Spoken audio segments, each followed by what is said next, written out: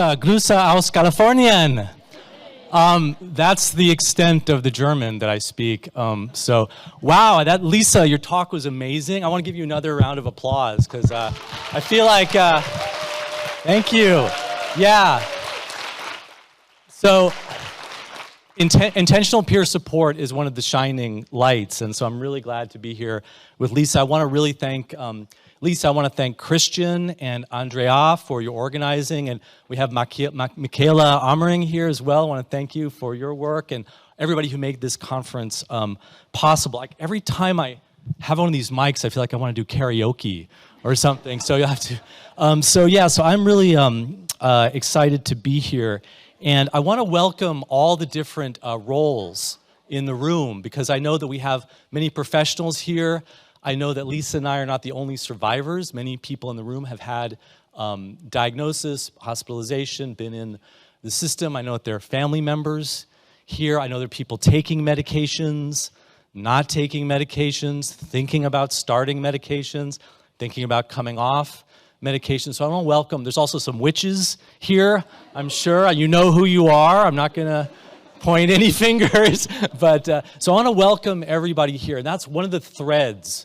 That's one of the main themes, one of the main orientations that we have in the survivor movement is diversity, welcoming diversity. Psychiatry has tended to kind of create a production line, a sort of factory model. You label the product as productive or unproductive, damaged or undamaged. You put it in the correct chute, and then you treat everything as the same, and you put people in boxes. And really what the movement is about making human connection with individual diversity. So I want to welcome the diversity in the room, and I'm going to be talking about the crisis. I'm going to be talking about the moral emergency, and I really am grateful for Lisa for you naming torture, because this is really what we have in psychiatry. I know I've spoken to colleagues, I've worked with people in Switzerland. I know that it happens in Switzerland, throughout Europe, United States, Canada, globally. We have a system of normalized violence. We have a system of normalized violence, and it comes down to this moment when someone is called crazy and then suddenly they stop being fully human. When someone stops being fully human, the door opens to violence that's done in the name of good, not violence that's done in the name of helping, violence that's done in the name of an ideology, violence that's done in the name of what is considered the right thing to do. We know this from history, that dehumanization is one of the biggest problems that we face as humans. That is what is happening in the psychiatric system. And I also want to take it a step further, because I think we also dehumanize ourselves. We can call ourselves crazy sometimes, or we can have parts of ourselves that we say, well, that's not really me. That's sort of like my, that's not really me. So I want to welcome all those different parts, all those different human experiences. I want to welcome those of us here who hear voices, and I want to welcome your voices here. And it's always kind of interesting for me to give talks, because I was diagnosed with schizophrenia. I was diagnosed with a kind of schizophrenia called schizoaffective disorder, which I was told is you meet the clinical criteria for schizophrenia, and you also meet the clinical criteria for bipolar disorder. So it's kind of like you win the lottery of psychiatry. And it's always interesting for me to give talks, because one of my symptoms was that I would be in a room full of people. I would be in a room full of people, and I would think that everybody was staring at me. Yes, yeah. So just a little reality testing there. But we all have this experience where somebody has told us that we're crazy. We've all had this experience where someone has put us not on, and we also, all of us have parts of ourselves, maybe even little parts, maybe some of us bigger parts than others, but I really think all of us, there's two kinds of people. There's crazy people who show it, and there's crazy people who don't show it. Okay, that's really what we're dealing with. Let me cut to the chase. How do you say cut to the chase in German? How do you say, like, get right to the... That's in English. How do you say it in German? How do you say... Auf den Punkt kommen. Psychosis is normal. Psychosis is normal. Psychosis is a human capacity. We all have it. We all have the possibility, larger, smaller, faster, slower. All of us have the capacity. In fact, I do a workshop, a very special workshop. I'm going to be offering it in Switzerland. It's a very special workshop. It's so that you can hear voices. You can join us who hear voices. You also can hear voices. It's a very special workshop. It's a 10-day workshop. You can't leave the workshop, and you can't sleep during the workshop. I guarantee you, you will hear voices at the end of the workshop. That's a joke, by the way. I've had people come and say, hey, Will, where do I sign up for that workshop? But what I want to do is let's just take a few minutes, okay? It's just like a few minutes. I'd like you to turn to someone next to you, so maybe someone that you don't know, and just have a little conversation. And in these kind of events, I always encourage people to take us one step out of your comfort zone. Do you have comfort zone in German? Yeah, okay. Take one step out of your comfort zone. Don't take too many steps out of your comfort zone, but take one step and talk about a time in your life when you were called crazy, or a part of your life that you think is, that's a part of me, it's a little crazy corner in my life. Just take, and we don't go too far out of your comfort zone if you don't want to, but really find that part of you that has also had this experience in whatever form, just being called crazy or believing it in yourself. So turn to someone just a couple of minutes and have that conversation, okay? Okay? And you can just observe if you want to. I see people a little bit scared. So okay, just a few minutes. Okay, let's start to come back together. Start to come back together. If you can hear me, say hello. No one can hear me. Can you? If you can hear me, say hello. Hello. Come back together. Okay. Wow. Did my voice just get louder? I think that my voice got louder. Okay. Hi. Okay. Interesting. Yeah. Thank you for doing that. How many people here in your conversation found that you were called crazy in a fight with your partner? How many people? Oh, come on. How many people? Okay, thank you. Honesty. Okay. So that gives us that's a very common thing. Okay, and how many people have ever been in a fight with your partner and you thought, they're crazy? Yeah, thank you. Okay, it's a very common experience. Okay, so this is so important to observe this. It's a power move. I don't want to look at myself. I don't want to judge from where I'm going, so I'm going to cut you down. So telling someone that they're crazy, telling someone they're psychotic, always happens in a relationship, and it's always a power move. It's always a power move. Now, I want to take a step back for a second, and I want to point out that I have a harm reduction perspective. There's a diversity of experiences. There are people who feel empowered and find useful their medications, people who feel empowered and feel useful by hospitalization, the diagnosis. So maybe if it's useful to you to say, wow, my partner said I was crazy.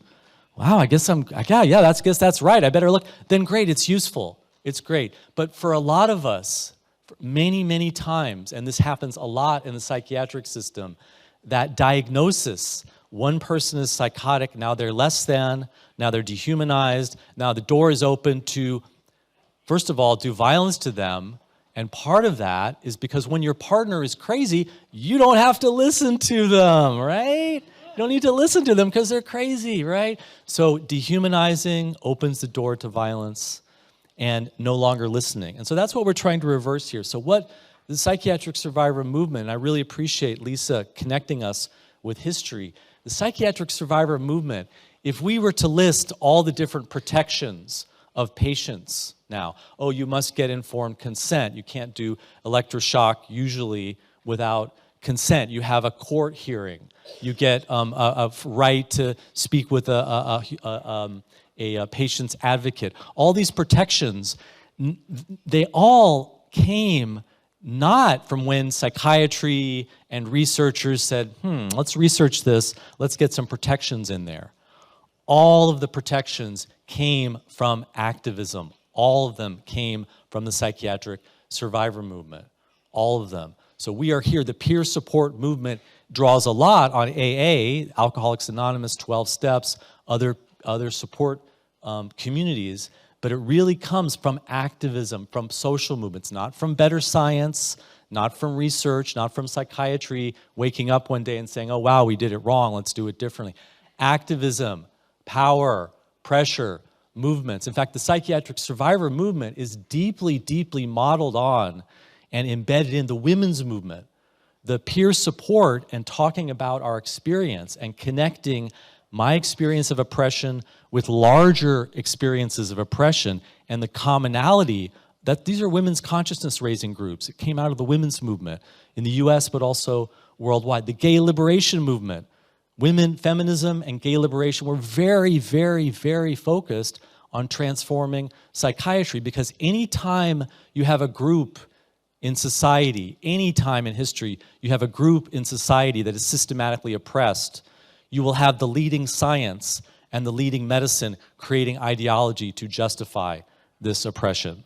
So our movement comes from the gay liberation movement, it comes from the women's movement, and those movements are grounded in the black liberation movement, the civil rights movement, which is again grounded in the abolition movement, the fight against slavery. I'm an abolitionist. I believe that we have a moral emergency around forced psychiatric treatment.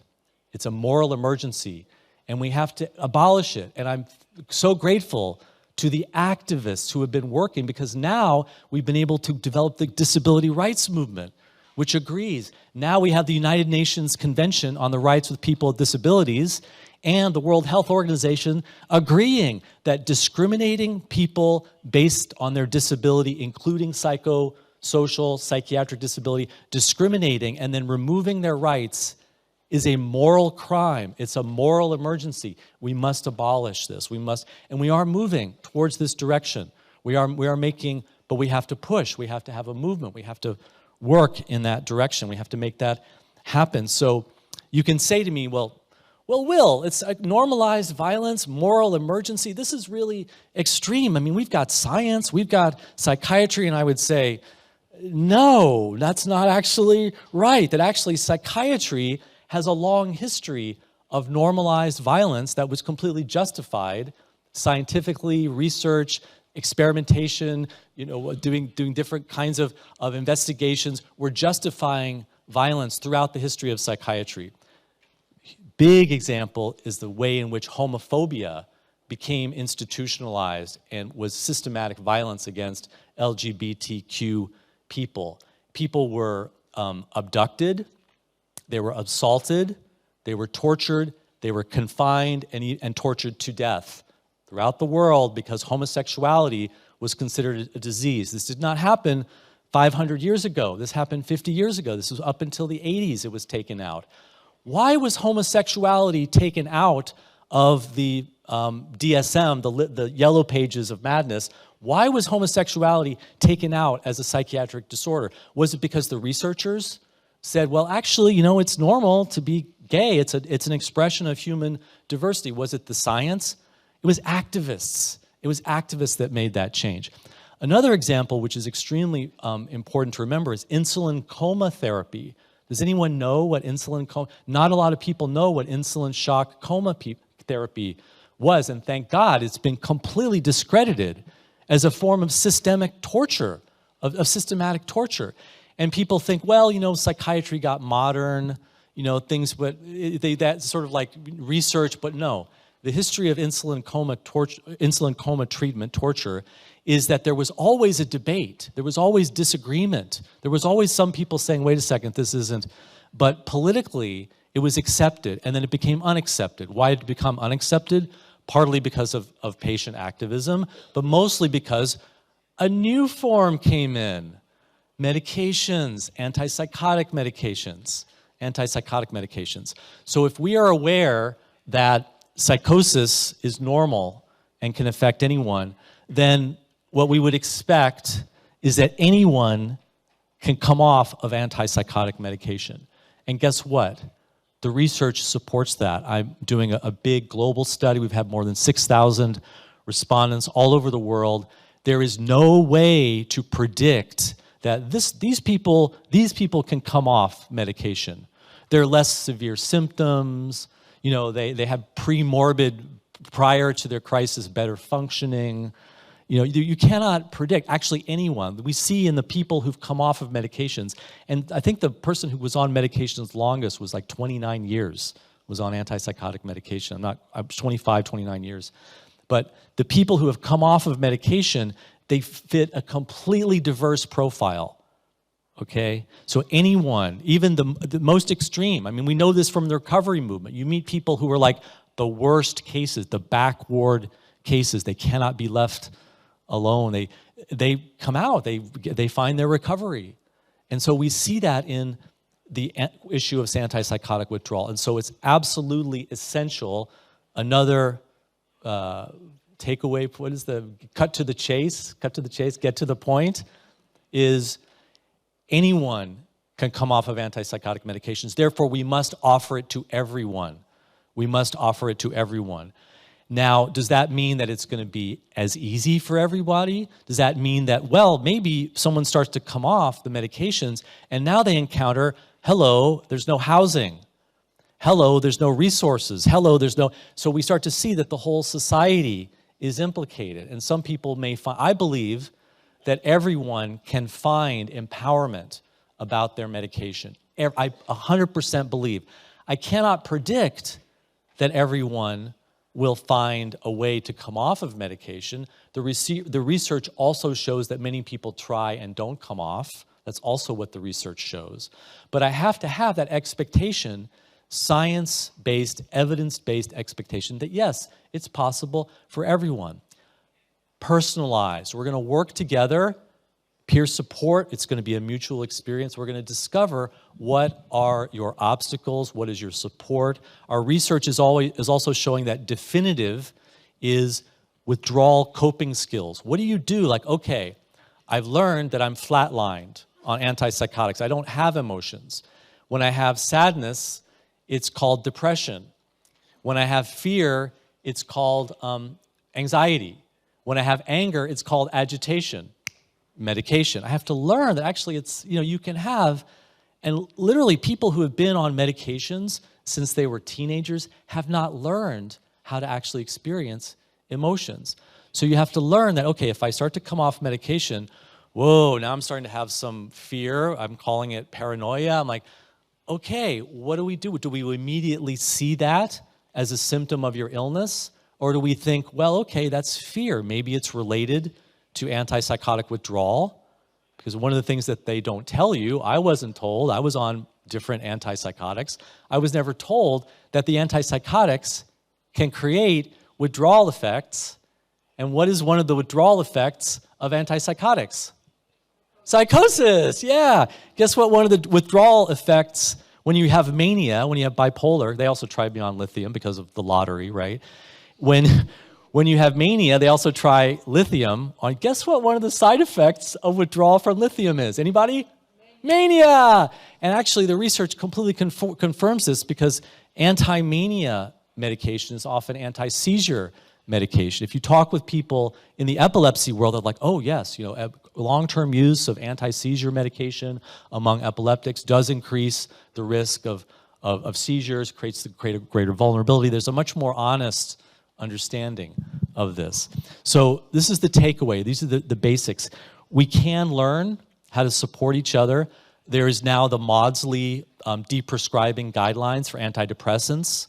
My understanding is that there are now deprescribing guidelines coming out for antipsychotics, which is great. But think about it this way. Your friend comes to you and says, hey, I use alcohol regularly, and I don't know what to do. Is it a problem? Is it not a problem? Should I stop using alcohol? You know, what do you think about alcohol? You would be able to have a conversation. You wouldn't just say, oh, you better go to the doctor, talk about alcohol, right? No, someone comes to you, we have free speech, I'm on antipsychotic medication, I don't know.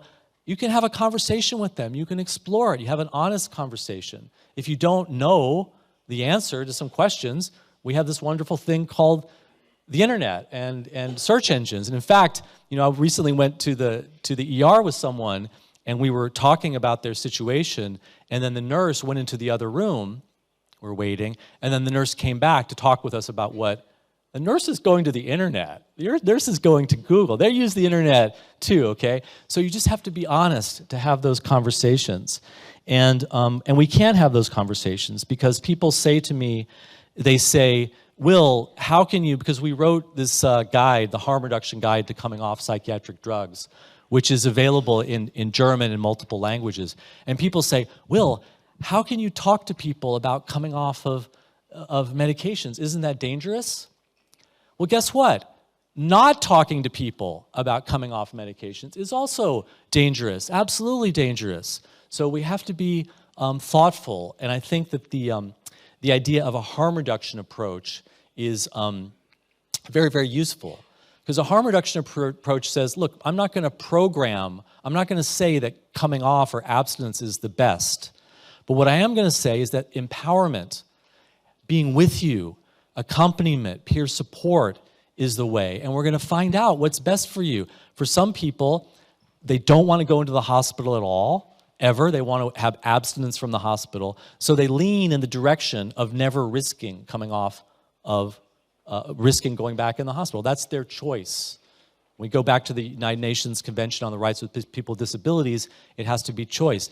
Someone may say, you know, I get so scared when I have suicidal feelings that I don't want to come off my medications, or I don't want to go too fast because I have suicidal feelings. Often you may have suicidal feelings reducing. It might be the withdrawal effects. It might be the underlying issues in your life, conflicts, oppression. So I don't want to risk those suicidal feelings. But it's up to the person, and the person needs to be educated. People live with voices. People live with hospitalizations. It can be a learning process.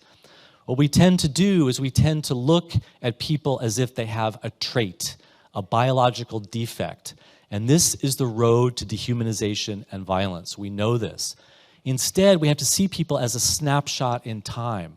That it's a process, it's a learning process. Antipsychotic drug withdrawal is a learning process.